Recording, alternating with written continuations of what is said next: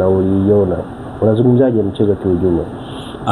Ndugu mwandishi, mchezo wa jana ulikuwa ni mchezo ambao ni mkali, lakini tunashuhudia mara nyingi hawa watu wanapokutana dhuluma huwa inatangulia mbele, na sisi mashabiki huwa tumezoea kuangalia mchezo ambao utafanya ligi yetu iwe bora zaidi. Una maana gani kusema dhuluma ambayo inaendelea? Singida wamezulumiwa na wanabaki wakizulumiwa kila siku, kila kukicha. Ndugu mwandishi, hata wewe mwenyewe mechi ya jana umeiangalia, yani huna haja sana kuhadisiwa sana. Mechi ya jana umeiangalia vizuri.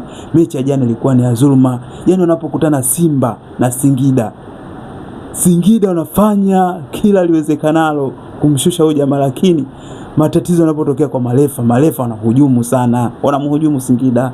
Na sisi huwa tunapenda sana kuangalia mechi ya Singida na Simba, kupatikana uhalali siku zote. Sasa shida inakuwa wapi? Unazungumziaje goli la Elie Mpanzu Kibisawala? Ile offside ile pale ni offside ya wazi kabisa. Yani hahitaji hata mtoto mdogo ukimuuliza, mtu wowote, yani hahitaji hata upate mchambuzi sijui mwenye degree mwenye nini. Ile offside ya wazi, kwa sababu ule mpira unapigwa, yule mwana Mpanzu yuko mbele kabisa.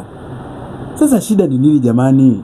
Wewe kibendele umewekwa pale ufanye kazi, mtafungiwa mpaka lini? Msimtaisha wote sasa.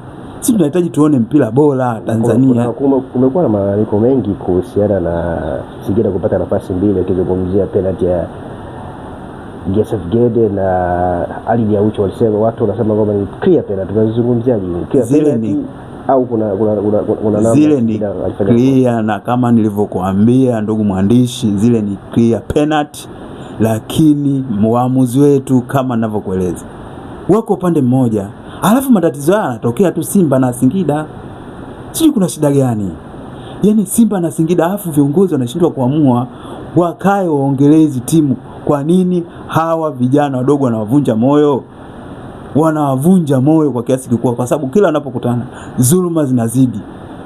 Wanafungiwa miezi mitatu, miezi miwili, wakirudi ni vile vile. Kwani shida ni nini? Sisi tunataka tuone mpira mzuri. Nataka tuone mpira mzuri. Mashabiki tumechoka na mazingira.